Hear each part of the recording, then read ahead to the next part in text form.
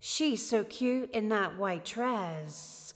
I stare out at the flash of light from the camera, disassociating in sensory overwhelm. You're such a doll. So cute, I could eat you up. I start crying from the amount of people in the room. Now I knew then, in some form, I didn't wish to be a doll. A pretty thing to be dressed up and paraded about. If it gave me this much of a meltdown with attention. A little boy named Kyle wore dresses in pink colors. He looked great in princess ball gown. Despite his third grade Regina George personality, I am grateful to have been exposed to his self-expression. I knew that I wasn't comfortable in skirts. I could never be girl to ever girl in the history of girldom, but I found comfort in Pokemon, action figures, and role-playing cards. Guy things. Mom, I'm not sure I'm a girl. You were born that way. I'm a tomboy. No, you're not. Stop.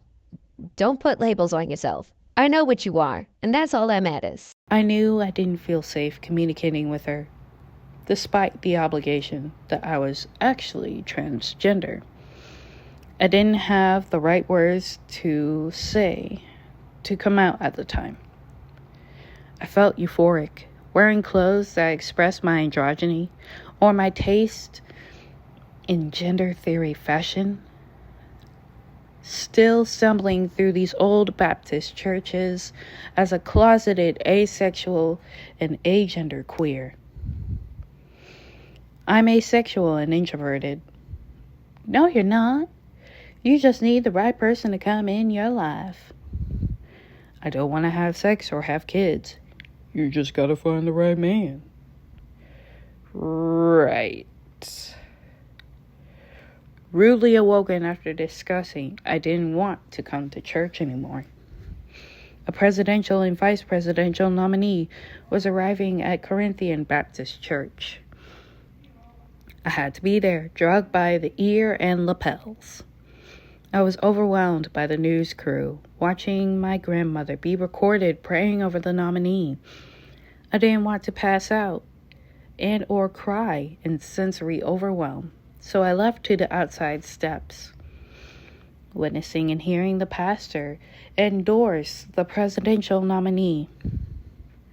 I just remember I looked good in my fedora and plaid shirt. The most gender euphoric I felt. I want to get a pixie cut. Okay. Falcon punches through the window, in shock and surprise of the storm brewing.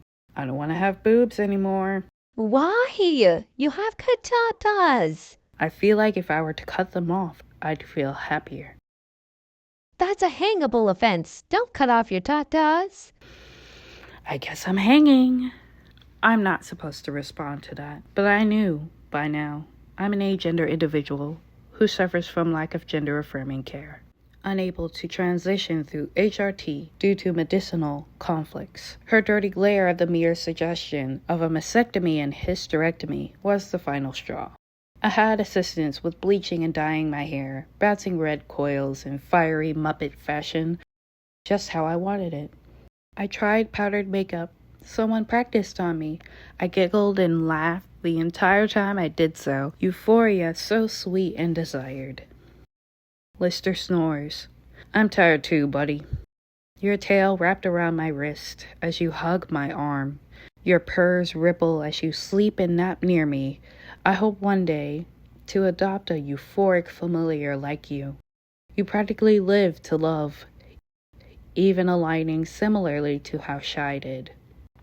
Goofy, yet stressed, up then down, spiral to ascension, to dizzying, to stop.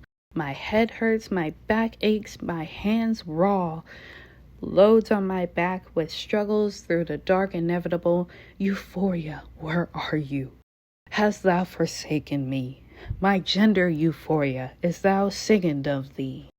I'm visited by a friend, a dear one indeed, above and beyond for my sake. Exchanging military stories, army brat tales, societal issues, and all-around gayness. Euphoria has arrived back in my arms in the form of a pride polyamory visit, soup and a smoothie. I appreciate you. When the friend leaves, the hotel room I'm staying in is less bright, less warm, less euphoric, less gay. So, of all of you struggling with pride, self-expression, love, escaping toxicity, even down to transitioning for your own sake, it may seem like a fairy tale from the most low of places for children to learn their hope from. But I promise you, it is attainable. Gender euphoria of a balancing act. Gender-affirming care is health care. I hope this Pride Month, you'll realize how much importance you hold in this world as you truly are.